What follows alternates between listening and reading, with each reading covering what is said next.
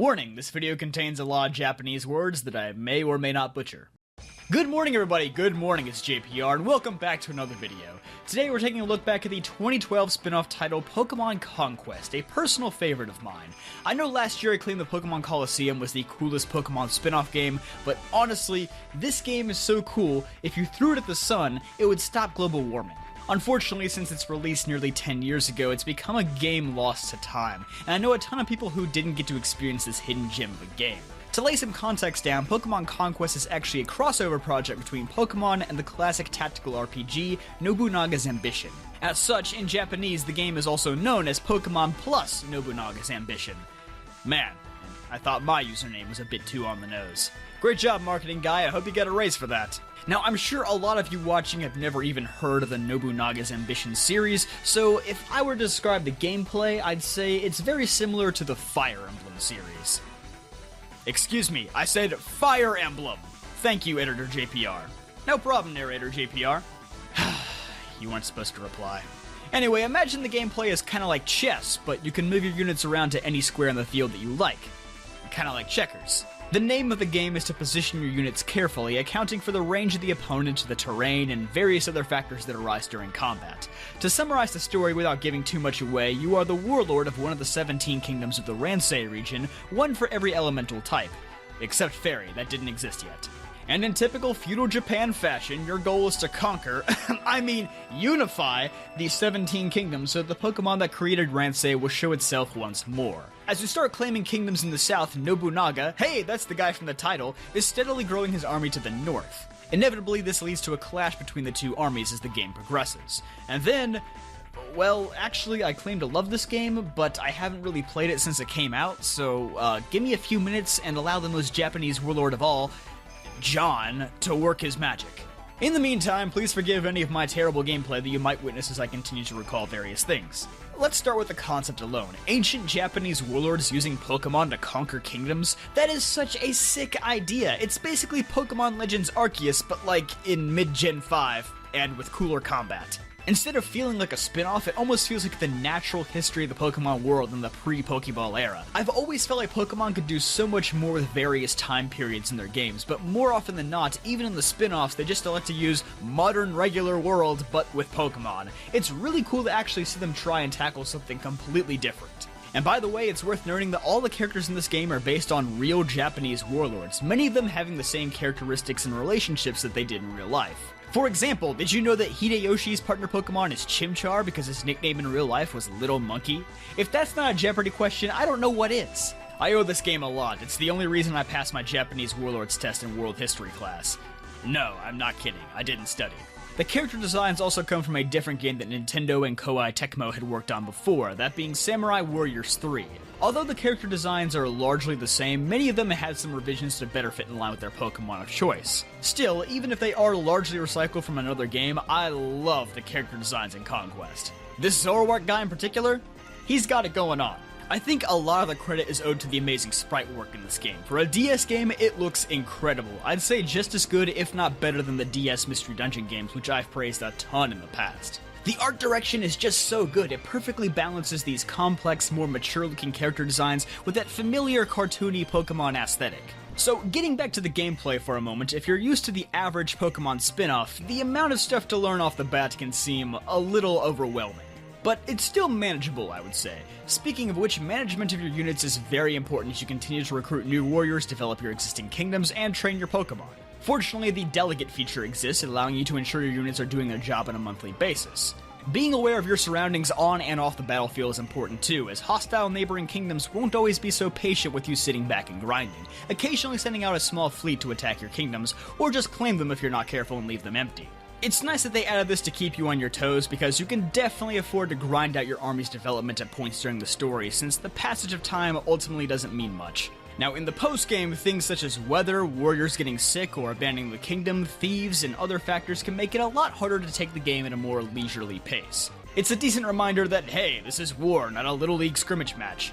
Another neat feature is being able to link with various wild Pokemon in case the Pokemon linked to one of your warriors is at a disadvantage to an upcoming kingdom, or you just outright hate one of your unit's Pokemon. Hey, don't look at me, Oichi's Jigglypuff doesn't do any damage. Who would want to be stuck with that thing? You can keep up to 4 Pokemon linked to most warriors, but be aware that not every warrior can link with every Pokemon, and not every Pokemon can reach their full potential with every warrior. It can be a tedious yet rewarding process to manually find every perfect link in the game, but thankfully, that's what Cerebi is for. There are only 200 Pokemon in the game though, just under a third of what was available in Gen 5. For completionists who want to link with every Pokemon, this is probably a good thing, but it does mean that the Pokemon variety may not be as high as some people expect. It's not uncommon to recruit multiple warriors who use the same Pokemon.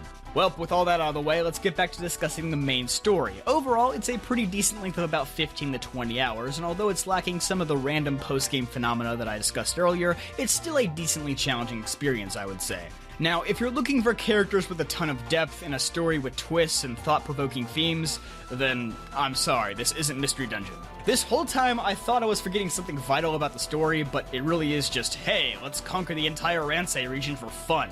I don't really mind the narrative being kinda weak though. At the end of the day, the gameplay more than makes up for it. But with that being said, the bulk of the content comes with the post-game episodes. Basically, the post-game consists of 33 stories, all focusing on the different warlords that you encounter throughout the game, fleshing them out a bit more and giving you further insight to their personalities and goals. There are also special episodes that you can download via Nintendo DS Wi-Fi. Let's see what those are all about. Well, somebody had fun with them. Now, normally I wouldn't complain about there being a lot of content in the post-game, because that's just silly, right? Who in their right mind would ever complain about a game having too much content? That's right, you guessed it, it's this guy. I do think that having to complete 32 episodes just to get to the main one that everyone really cares about at the end is a bit much. The difficulty of these episodes can also range from monotonously easy to, oh my god, I'm going to be stuck on this for the next week, aren't I? I'm gonna be straight up with y'all. I didn't finish it. As a matter of fact, I didn't even get remotely close to finishing it. It's a lot. I also don't really like how the main character you spent hours building up during the main story just vanishes for all but the last episode. You can't even replay the main story after you've beaten the game, you're just stuck with these episodes. The only reason this is as big of a deal as it is because many people would agree that the main story is really just an elongated tutorial for the post-game episodes where all the game's mechanics and features are ungated.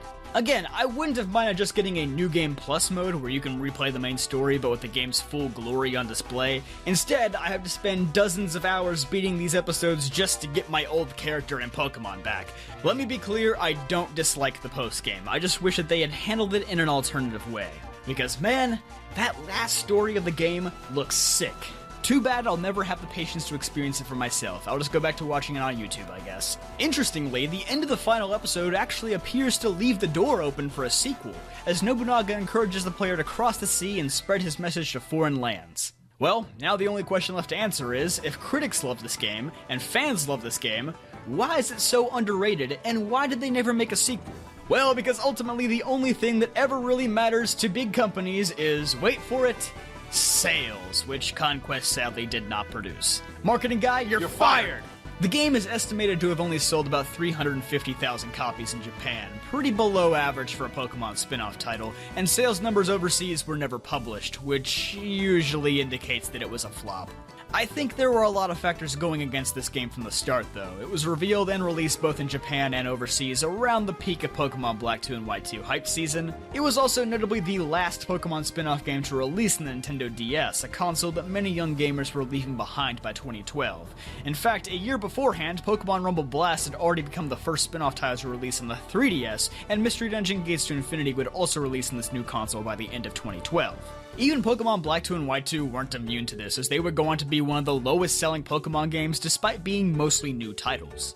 I think more than anything, Conquest just came out at a bad time, shackled to a dying console and overshadowed by an infinitely larger Pokemon title releasing later that same year. Plus, with it being a crossover title, I imagine it's a bit harder to make from a logistical standpoint. There's a lot more people and properties involved compared to other spin-off series, which can do whatever they want for the most part. As a result, Conquest became one of the more obscure spin-off games as time progressed, which is a real shame considering the level of quality this game has to offer. Despite some of my minor gripes that I went over, I'd still say that Conquest is easily one of my top Pokemon spin-off games. If nothing else, it certainly offers a very unique Pokemon experience and is clearly aimed at an audience other than just small children. I don't really have any high hopes of us seeing this series come back, but I do hope it's one that more people discover over time. This is certainly a game that deserves to be remembered, if nothing else. Speaking of which, I hope you remember to subscribe if you've been enjoying the videos, and leave a big thumbs up on this one if you made it all the way to the end. It helps me out a ton.